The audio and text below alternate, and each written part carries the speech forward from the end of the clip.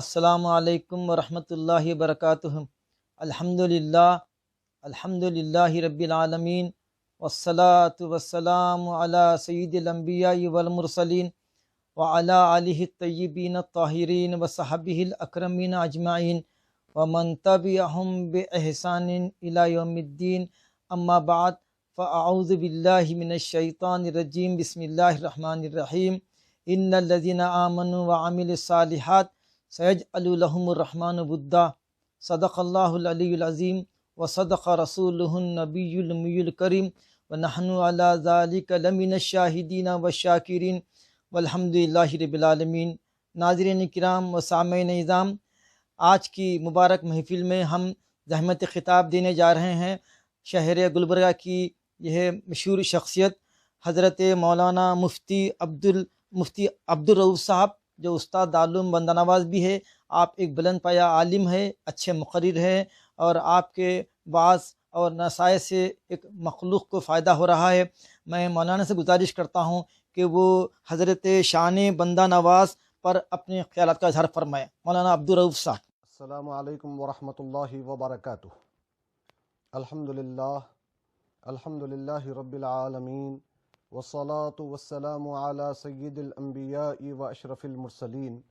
وعلی آلہ الطیبین الطاہرین واصحابہ الراشدین الاکرمین وعلی محبیہم وتابعیہم بإحسان الی یوم الدین، واشہد ان لا الہ الا اللہ وحدہ لا شریک لہ، واشہد ان سیدنا ونبینا ومولانا محمدا عبدہ ورسولہ، اما بعد فاعوذ باللہ من الشیطان الرجیم، بسم اللہ الرحمن الرحیم۔ الا ان اولیاء اللہ لا خوف علیہم ولا هم يحزنون الذین آمنوا وكانوا يتقون لهم البشرى في الحیاة الدنیا وفي الآخرة لا تبدیل لکلمات اللہ ذلك هو الفوز العظیم، صدق اللہ العظیم وبلغنا رسولہ النبی الامین الکریم، ونحن على ذلك لمن الشاہدین والشاکرین والحمد للہ رب العالمین۔ وقال تعالی اجلالا واکراما فی شأن حبیبہ، ان اللہ وملائکتہ یصلون علی النبی یا ایہا الذین آمنوا صلوا علیہ وسلموا تسلیما، اللہم رب صل وسلم وزد وبارک علی سیدنا ونبینا ومولانا محمد معدن الجود والکرم وعلی آلہ وصحبہ اجمعین۔ کوئی بندہ یوں ہی کہلاتا نہیں بندہ نواز، کوئی بندہ یوں ہی کہلاتا نہیں بندہ نواز، خود تمہارا نام ہے میری مرادوں کا جواز، خود تمہارا نام ہے میری مرادوں کا جواز، جس طرح آقا ہیں میرے خواجہ با امتیاز، جس طرح آقا ہیں میرے خواجہ با امتیاز، میں بھی ہوں سارے غلاموں میں با انداز ایاز، میں بھی ہوں سارے غلاموں میں با انداز ایاز۔ زخم ناخوردہ میں مشکل ہے شعور عاشقی، زخم ناخوردہ میں مشکل ہے شعور عاشقی، ایک شکستہ دل ہی جانے عظمت آئینہ ساز، ایک شکستہ دل ہی جانے عظمت آئینہ ساز۔ یہ حقیقت ثابتہ ہے کہ بفضل ایزدی، یہ حقیقت ثابتہ ہے کہ بفضل ایزدی، جذب کی ہے روضہ خواجہ نے خوشبوئے حجاز، جذب کی ہے روضہ خواجہ نے خوشبوئے حجاز۔ زندگی کی دھوپ نے مجھ کو کہاں پہنچا دیا، ورنہ مجھ سا بے نوا اور سایہ گیسو دراز، ورنہ مجھ سا بے نوا اور سایہ گیسو دراز۔ جس مسلسل کیف کے صابر بہت سے نام ہیں، جس مسلسل کیف کے صابر بہت سے نام ہیں، کیا کہوں کیسے ملا یہ صدقہ گیسو دراز، کیا کہوں کیسے ملا یہ صدقہ گیسو دراز۔ کوئی بندہ یوں ہی کہلاتا نہیں بندہ نواز، خود تمہارا نام ہے میری مرادوں کا جواز۔ اللہم ربی صلی وسلم وزد وبارک علی سیدنا و شفیعنا و حبیبنا و مولانا محمد معدن الجود والکرم و آلہ و صحبہ اجمعین۔ محترم ناظرین و سامعین، گفتگو کے آغاز سے پہلے میں آپ تمام حضرات کو جملہ عاشقان حضور سلطان القلم الولی الاکبر شہباز بلند پرواز گیسو دراز خواجہ بندہ نواز علیہ الرحمت والرضوان کے 616ویں عرس شریف کی دل کی گہرائی سے مبارکباد پیش کرتا ہوں۔ ساتھ میں اپنے اس درد مندی کا بھی اظہار کرتا ہوں کہ شاید تاریخ میں یہ پہلا موقع ہے کہ اس طرح سے ہم آن لائن آپ سے مخاطب ہیں۔ راست آپ سے خطاب کرنے کا موقع حالات کی وجہ سے، کرونا وائرس کی وجہ سے نہیں ہے۔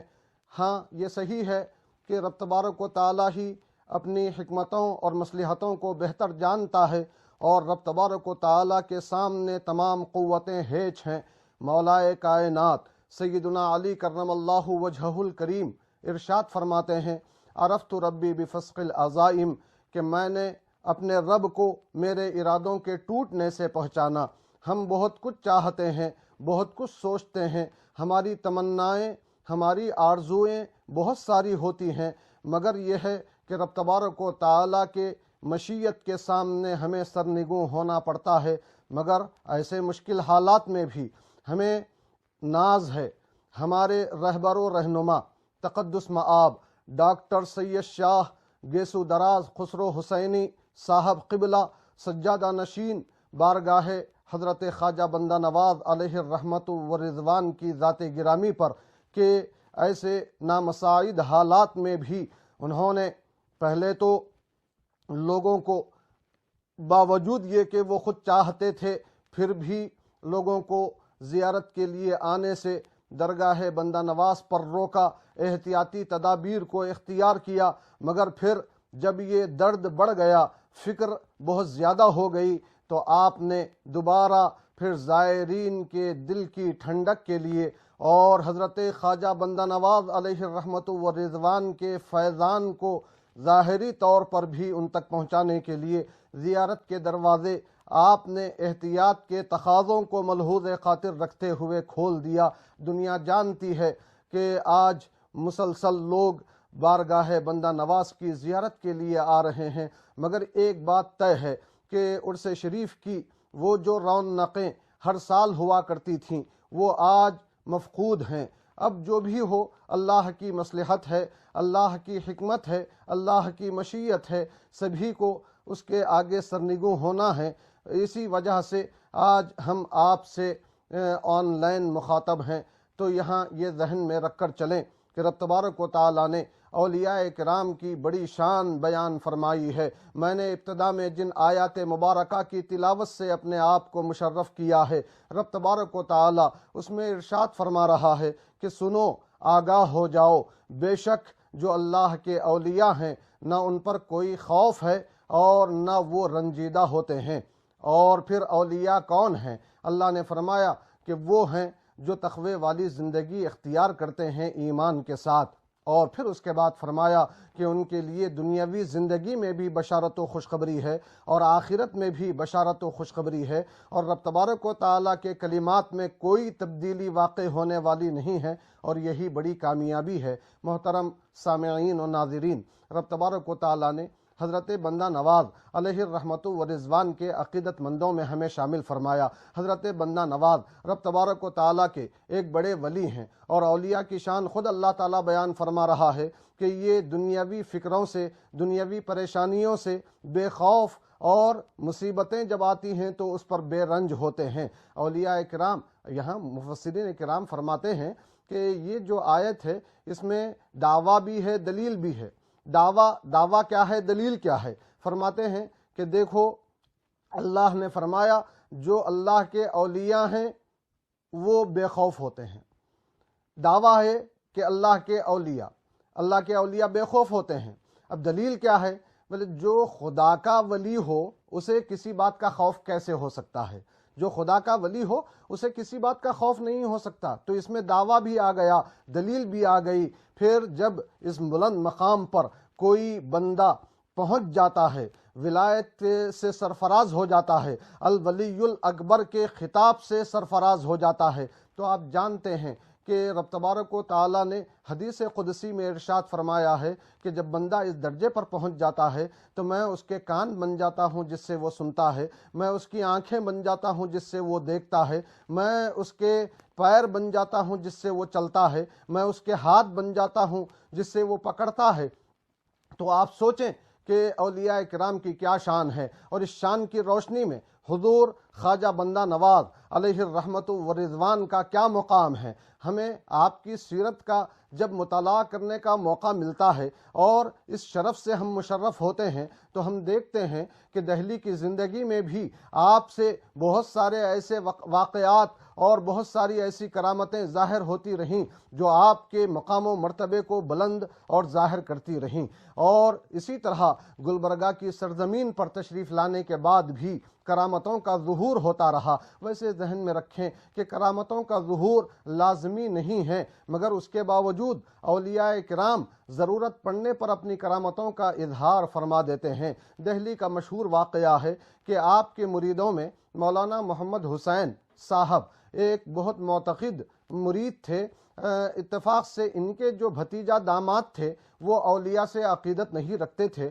اولیاء کی کرامتوں کے منکر تھے، جبکہ اہل سنت و جماعت کا یہ متفقہ عقیدہ ہے کہ کرامات الاولیاء حق،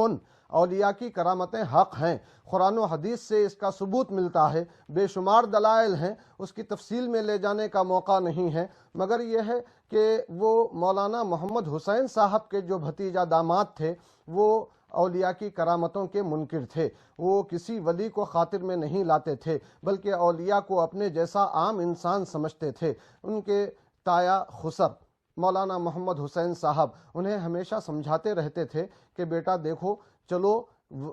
سید محمد حسینی جو بندہ نواز ہیں ان کے پاس چلو، ان کی خدمت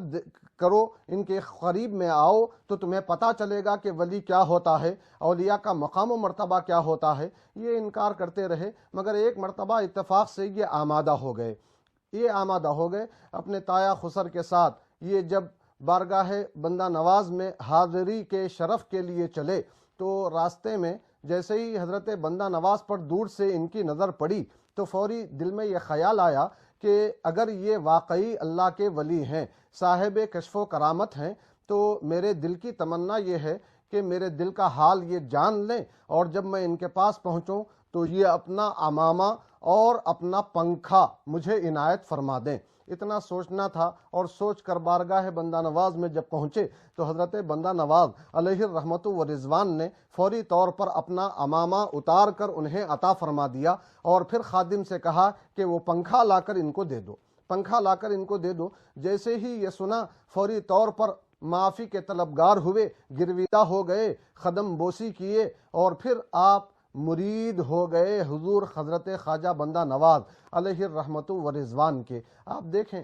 یہ کرامت ہے، یہ بزرگی کی گویا ایک علامت پائی جاتی ہے۔ آپ دیکھیں گے جب گلبرگہ تشریف لائے تو یہاں بھی ایک عجیب واقعہ پیش آیا کہ ایک خاتون جس کا بیٹا سلطان نام کا تھا اور وہ حبس دم کا ماہر تھا، سانس روک لیتا تھا، لوگوں کو پتہ ہی نہیں چلتا تھا کہ وہ سانس روکا ہوا ہے یا مر گیا ہے، تو اس نے اپنے اس حبس دم کا مظاہرہ کر کے ایک پلان بنایا اور اپنی والدہ کے ساتھ اپنا ایک جنازہ تیار کروایا، اور والدہ کو حضرت بندہ نواز کی بارگاہ میں بھیجا اور کہا کہ جاؤ اور حضرت سے کہو کہ میری نماز جنازہ پڑھا دیں۔ تو یہ جمعہ کا دن تھا، جمعہ کی نماز سے پہلے وہ خاتون حضور خواجہ بندہ نواز علیہ الرحمت و رضوان کی بارگاہ میں آئیں اور انہوں نے کہا کہ میرے بیٹے کا انتقال ہو گیا ہے، حضور کرم فرمائیں، اس کی نماز جنازہ پڑھا دیں۔ تو حضرت خواجہ بندہ نواز علیہ الرحمت و رضوان جو کشف و کرامت والے تھے، بزرگی کے بلند مقام و مرتبے پر فائز تھے، آپ نے اس خاتون سے پوچھا کہ زندے کی پڑھاؤں یا مردے کی؟ زندے کی پڑھاؤں، یعنی وہ جو حبس دم کا ماہر تھا، اپنے آپ کو مردہ بنا کر کفن میں لپٹا ہوا تھا، وہ اپنے آپ کو زندہ نہیں بلکہ مردہ بنا کر پیش کر رہا تھا، مگر حضور خواجہ بندہ نواز علیہ الرحمت و رضوان اپنی باطنی آنکھ سے مشاہدہ کر رہے تھے، کشف و کرامت سے یہ معلوم کر چکے تھے کہ یہ بندہ جو کفن میں لپٹا ہوا ہے یہ زندہ ہے، کوئی مردہ نہیں۔ اس لیے آپ نے اس خاتون سے اصرار کے ساتھ پوچھا کہ کیا میں زندے کی نماز جنازہ پڑھاؤں یا مردے کی؟ تو اس خاتون نے کہا آپ یہ کیسا مذاق فرماتے ہیں کہ کیا کوئی کسی زندے کی بھی نماز جنازہ پڑھی جاتی ہے؟ میں تو میرے بیٹے کے انتقال کے بعد اس کا جنازہ لے کر آپ کے پاس آئی ہوں کہ آپ نماز جنازہ پڑھ کر دعا فرما دیں۔ جب تاکید کے ساتھ آپ نے پوچھ لیا اور وہ خاتون مسلسل اصرار کرتی رہی تو نماز جمعہ کے بعد حضور خواجہ بندہ نواز علیہ الرحمت و رضوان نے اس حبس دم کے ماہر کی نماز جنازہ پڑھا دی۔ جب نماز جنازہ مکمل ہو گئی تو حضرت بندہ نواز کا مذاق اڑانے کے لیے وہ خاتون اپنے بیٹے سے مخاطب ہو کے کہنے لگی بیٹا اڑ جا، بیٹا اڑ جا، بیٹا سلطان اڑ جا، یہ آواز دیتی رہی مگر ادھر کفن میں کوئی حرکت نہ ہوئی، کوئی حرکت نہ ہوئی۔ کیا مطلب کہ حدیث پاک میں، حدیث قدسی میں جو اللہ تبارک و تعالیٰ نے فرمایا کہ میں اس کی زبان بن جاتا ہوں جس سے وہ بولتا ہے، یہ اس کا عملی مظاہرہ تھا۔ حضرت بندہ نواز علیہ الرحمت و رضوان نے گویا اپنی زبان سے اسے مردہ کہا تو واقعتاً اس کی روح قفس انصری سے پرواز کر گئی اور وہ مردہ ہو گیا۔ یہ آپ دیکھیں، یہ اولیاء کرام کی شان ہے، یہ ان کی کرامتیں ہیں۔ یہ کرامتیں اگر اولیاء کرام سے ظاہر ہوں تو کرامت کہلاتی ہے۔ سبھی جانتے ہیں، تفصیل میں لے جانے کا موقع نہیں ہے، انبیاء کرام سے معجزات کا ظہور ہوتا ہے، اولیاء کرام سے کرامتوں کا ظہور ہوتا ہے، اور اولیاء کرام اور انبیاء کرام سے ہٹ کر جو دوسرے لوگ ہوتے ہیں وہ جادو اور استدراج کے درجے میں ہوتے ہیں، جو ایسے خلاف عقل کام کر جاتے ہیں۔ اس کی درجہ بندی کر دی گئی اور عوام الناس بھی تقریباً اس سے واقف ہے۔ میں زیادہ تفصیل میں اس کے لے جانا نہیں چاہتا، یہ بتلانا چاہتا ہوں کہ حضرت خواجہ بندہ نواز علیہ الرحمت و رضوان جو اس مقام و مرتبے پر فائز ہیں، یہ اللہ تبارک و تعالیٰ کا آپ کے ساتھ خاص کرم ہے کہ رب تبارک و تعالیٰ نے آپ کو پیدائش کے بعد ہی سے خصوصی توفیق سے سرفراز فرمایا۔ مسلسل آپ قرآن پاک کے حفظ کے بعد، علوم ظاہری کے فراغت کے بعد علوم باطنی سے سرفراز ہوتے رہے، قدم بقدم ترقی کرتے رہے۔ ترقی کرتے کرتے آپ ولایت کبریٰ کے مقام پر پہنچ گئے کہ آپ کو الولی الاکبر کے لقب سے سرفراز کیا گیا۔ یہ مقام و مرتبہ ایسے ہی حاصل نہیں ہوتا۔ میں اگر یہ کہوں کہ بندہ نواز نمازوں کی پابندی کرتے تھے، بندہ نواز ہمیشہ سچ بولا کرتے تھے، بندہ نواز کسی کو دھوکہ نہیں دیتے تھے، تو یہ باتیں کہنے کی اس لیے نہیں ہیں کہ اولیاء کرام جو ہوتے ہیں وہ بالکلیہ طور پر شریعت کے پابند ہوتے ہیں، شریعت سے کبھی ان کو مفر نہیں ہوتا، وہ شریعت کا دامن کبھی نہیں چھوڑتے، وہ ہمیشہ سچ بولنے والے ہی ہوتے ہیں، وہ ہمیشہ نمازوں کی پابندی کرنے والے ہی ہوتے ہیں، فرائض تو فرائض، نوافل کی بھی وہ کثرت کرنے والے ہوتے ہیں، قرآن پاک کی تلاوت میں ہمیشہ مصروف رہنے والے، بندگان خدا کی خدمتوں میں ہمیشہ مصروف رہنے والے یہ اولیاء کرام۔ یہ اولیاء کرام، ان کی شان اگر اجاگر ہوتی ہے تو ان کی شان بندہ نوازی سے اجاگر ہوتی ہے، ان کی دوسروں کے لیے غم خواری کے جذبے سے اجاگر ہوتی ہے۔ حضرت بندہ نواز کا جو نام بندہ نواز پڑا ہے، اس کا سبب بھی آپ سمجھتے چلیں کہ حضرت بندہ نواز مدینے سے مدنی تاجدار صلی اللہ علیہ وسلم کے اخلاق کا پیکر بن کر تشریف لائے۔ آپ کا ہر قدم سرکار عربی صلی اللہ علیہ وسلم کی سنتوں کا مظہر ہوا کرتا تھا۔ سرکار کے اخلاق کا پرتو بن کر جب آپ تشریف لائے تو آپ کے اخلاق کریمانہ میں یہ بات دیکھنے کو ملتی ہے کہ کبھی آپ کسی کو تکلیف نہیں پہنچایا کرتے تھے، ہمیشہ سب کی دلجوئی کیا کرتے تھے، ضرورت مندوں کی مدد کیا کرتے تھے۔ جب ضرورت مندوں کی مدد کیا کرتے تھے اور اپنے آپ پر دوسروں کو ترجیح دیا کرتے تھے تو زبان زد عام و خاص بندہ نواز ہو گیا، بندوں کو نوازنے والے، بندوں کو نوازنے والے۔ جیسے ہی بندہ نواز کا نام ہم لیتے ہیں، کچھ لوگوں کو اعتراض پیدا ہوتا ہے، اختلاف پیدا ہوتا ہے کہ بندہ نواز تو رب تبارک و تعالیٰ کی ذات ہے، بندوں کو نوازنے والی تو صرف خدا کی ذات ہے، یہ انسان ہو کر بندہ نواز کیسے ہو گئے، یہ انسان ہو کر بندوں کو کیسے نوازتے ہیں؟ میں ان سے صرف یہ عرض کرنا چاہوں گا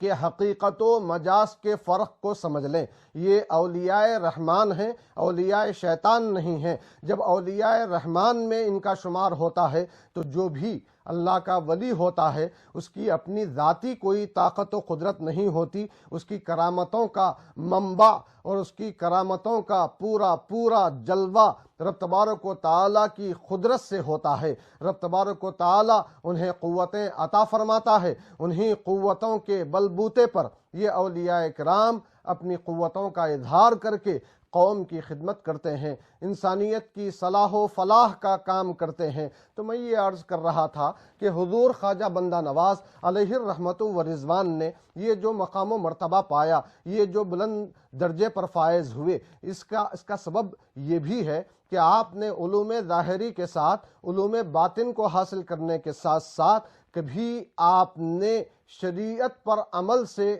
کنارہ اختیار نہیں کیا، ہمیشہ شریعت پر گامزن رہے۔ اسی حدیث قدسی کے ابتدائی حصے میں رب تبارک و تعالیٰ یہ ارشاد فرماتا ہے کہ کوئی بندہ فرائض کی ادائیگی کے بغیر مجھ سے قریب ہونے کا کوئی اور راستہ مجھے محبوب اور پسندیدہ نہیں ہے۔ اور پھر فرائض کی پابندی کے بعد جب بندہ نوافل کی کثرت کرتا ہے تو بندہ آگے بڑھتے بڑھتے اس مقام پر پہنچ جاتا ہے جہاں پہنچ کر میں اس کے آنکھ بن جاتا ہوں جس سے وہ دیکھتا ہے، میں اس کے کان بن جاتا ہوں جس سے وہ سنتا ہے۔ آپ دیکھیں یہ بندہ نواز کی شان محض کس لیے ہے کہ آپ کا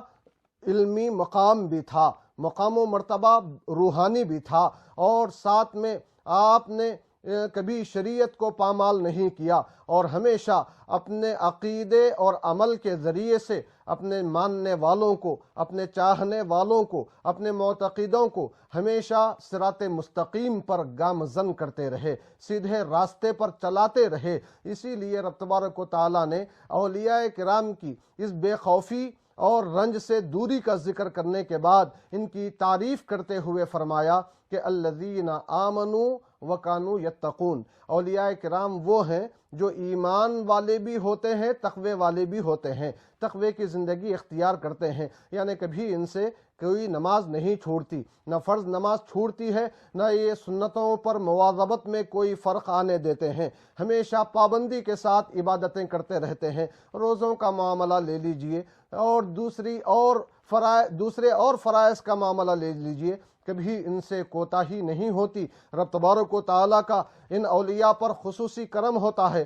ہمیشہ یہ آگے بڑھتے رہتے ہیں، ہمیشہ یہ نیکیوں میں مستغرق رہتے ہیں، کبھی گناہوں کی طرف ان کا ذہن نہیں جاتا، رب تبارک و تعالیٰ انہیں اپنی حفاظت میں لے لیتا ہے۔ تو یہ حضرت بندہ نواز علیہ الرحمت و رضوان کی تعلیمات میں بھی یہ بات ملتی ہے، دیگر بزرگان دین بھی یہ فرماتے ہیں، جس کا خلاصہ یہ ہے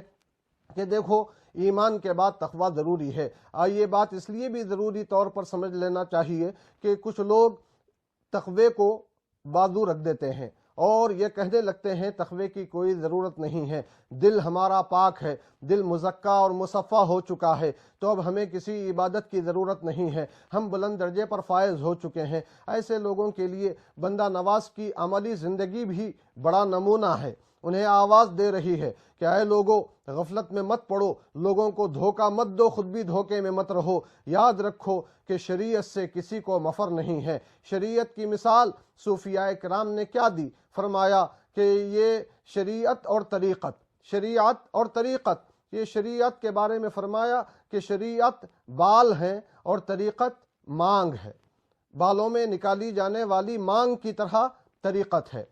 شریعت بالوں کی طرح۔ تو اب جس کے سر پر بال ہوں گے وہی مانگ نکال سکے گا، تو جس کے پاس شریعت ہوگی وہی طریقت کے میدان میں قدم رکھ کر اپنے آپ کو مزین کر سکے گا۔ تو شریعت سے مفر نہیں ہے، یہ بندہ نواز علیہ الرحمت و رضوان نے اپنی تصنیفات و تالیفات میں بھی بتایا، اپنے ملفوظات میں بھی اس کا اظہار فرمایا، اور عملی زندگی میں بھی اس کا نمونہ پیش کر کے ہم لوگوں کو ترغیب دی کہ اے لوگو، غفلت کی زندگی میں مت رہو، یہ دنیا دار العمل ہے، یہ دنیا دار المحن ہے، یہاں آزمائش، ابتلا اور امتحان سے گزرنا ہے۔ جب اس ابتلا اور آزمائش اور امتحان میں تم ثابت قدم رہو گے تو تمہارے لیے بشارتیں ملیں گی، خوشخبریاں ملیں گی، دنیاوی کامیابیاں بھی تمہارا مقدر بنیں گی۔ اب یہاں ایک سوال یہ پیدا ہوتا ہے کہ جب حضرت بندہ نواز علیہ الرحمت و رضوان اور ان جیسے اولیاء کرام رب تبارک و تعالیٰ کے پاس اتنا بڑا مقام و مرتبہ رکھتے ہیں اور اس درجے پر فائز ہیں، تو یہ مصیبتوں کو فوری ٹال کیوں نہیں دیتے؟ کرونا وائرس جیسی یہ بلا، یہ وبا آج پوری دنیا پر چھائی ہوئی ہے، پوری انسانیت آج اس سے جوجھ رہی ہے، ہزار پا بلا کی طرح یہ پوری دنیا کو گھیری ہوئی ہے۔ تو اس وبا کے خاتمے کے لیے یہ اولیاء کرام کوششیں کیوں نہیں کرتے؟ تو ہمارا مختصر سا جواب ہوگا، یہ اولیاء کرام مشیت الہی کے خلاف کبھی کوئی قدم نہیں اٹھاتے۔ کیوں؟ اس لیے کہ وہ خود بھی اپنی زندگی میں ابتلا اور آزمائش کے دور سے گزر چکے ہیں۔ انسانی جسم کو جن آزمائشوں سے عمومی طور پر گزارا جاتا ہے، انہی آزمائشوں سے یہ مسلسل گزرتے رہے، اور یہ چاہتے ہیں کہ یہ ہمارے اپنے عقیدت مند، ہمارے اپنے چاہنے والے، یہ بھی ان آزمائشوں میں ثابت قدم رہ کر اپنے آپ کو بلند درجے پر پہنچانے کی کوشش کریں، پھر اس کے باوجود بھی آپ دیکھیں گے کہ یہ جو بلا یا وبا شدت سے پھیلی ہوئی ہے، اس کی شدت پھر بھی آپ ہندوستانی سطح پر بہت کم پائیں گے۔ ہندوستانی آبادی کے پیش نظر یہاں متاثرین کی جو تعداد ہے وہ تقریباً آٹے میں نمک کے برابر ہے، ورنہ آپ دنیا کے دوسرے اور ملکوں میں دیکھیں جہاں آبادیاں مختصر ہیں مگر وہاں تعداد بیماروں کی، متاثروں کی دن بدن بڑھتی جا رہی ہے۔ ہم یہ سمجھتے ہیں کہ یہ اولیاء کرام کی دعاؤں کا فیضان ہے کہ رب تبارک و تعالیٰ کرم فرما رہا ہے اور اس بلا کو احتیاطی تدابیر اختیار کرنے کے سبب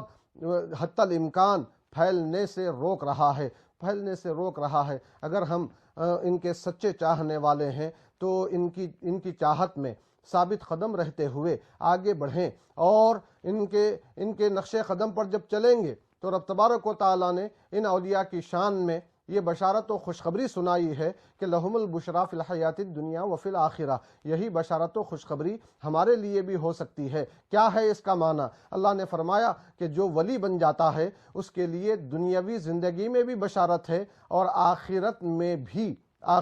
بھی اس کے لیے بشارت ہے۔ دنیاوی بشارت کیا ہے؟ زیادہ تفصیل میں لے جائے بغیر یہ عرض کرنا چاہوں گا، دنیاوی بشارت و خوشخبری یہ ہے کہ انہیں ہر دنیاوی خوف سے آزاد کر دیا گیا اور وہ ہر رنج سے آزاد کر دیے گئے۔ یہ خود دنیاوی خوشخبری ہے۔ مگر یہاں ذہن میں رکھیں، کچھ لوگ جو شریعت سے مفر کی راہیں تلاش کرتے ہیں وہ اس کا مفہوم یہ ثابت کرنے کی کوشش کرتے ہیں کہ دنیاوی بشارت میں جو اللہ نے فرمایا کہ لا خوف علیہم ولا ہم یحزنون، ان پر نہ کوئی خوف ہوتا ہے اور نہ یہ رنجیدہ ہوتے ہیں، تو اس سے کچھ لوگ یہ مطلب نکالنے کی کوشش کرتے ہیں کہ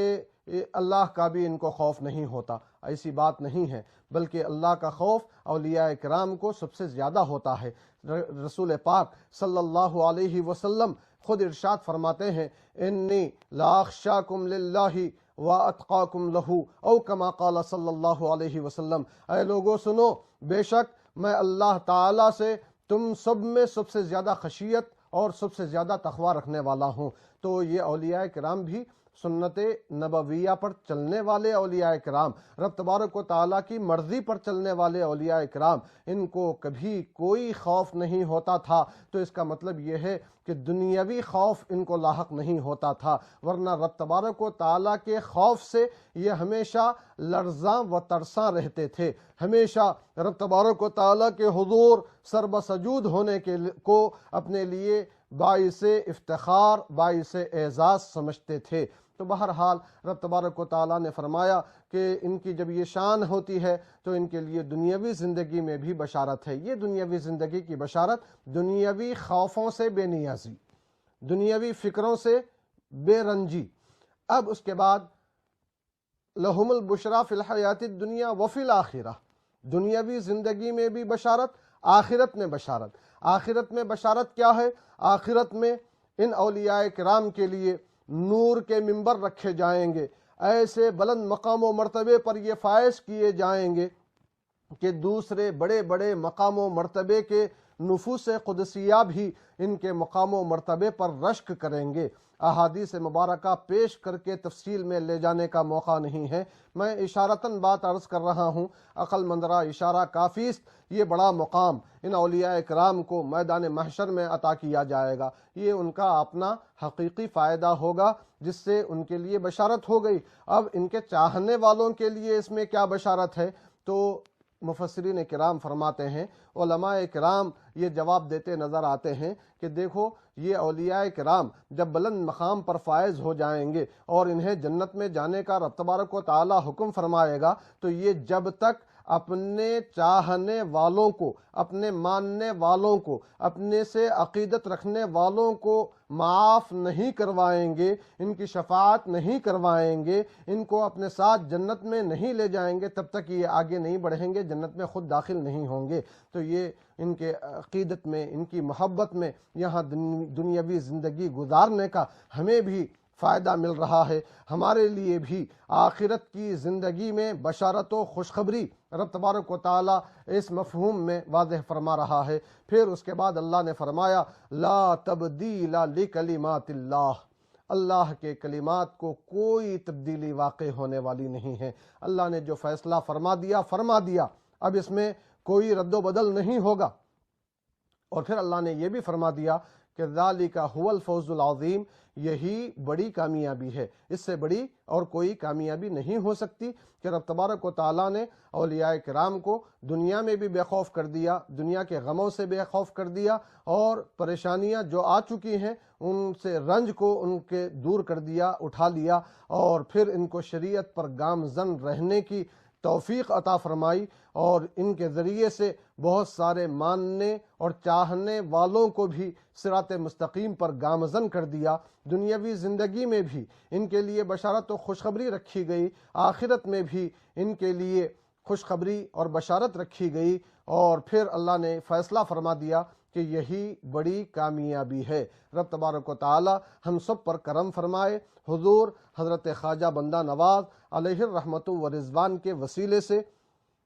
ہمیں صحت و عافیت کے ساتھ لمبی زندگی عطا فرمائے، جملہ چاہنے والے، جملہ ماننے والے، جملہ عقیدت رکھنے والوں کے ساتھ ساتھ الہ العالمین جملہ مسلمانوں کی مدد فرما، کرم فرما، شریعت کے ساتھ طریقت اختیار کرنے کی توفیق عطا فرما، اور پوری دنیا سے رب تبارک و تعالی ان کے وسیلے سے اس وبا کو جو کرونا وائرس کی شکل میں چھائی ہوئی ہے الہ العالمین دور فرما دے، اور پھر پرانے دن لوٹا دے۔ الہ العالمین رحم فرما، کرم فرما، ہم سبھوں کو عزت کی، اسلام کی زندگی عطا فرما، ایمان کی موت نصیب فرما، میدان محشر میں رسول کریم علیہ التحیۃ والتسلیم کی شفاعت ہمارا مقدر فرما۔ وصلی اللہ وسلم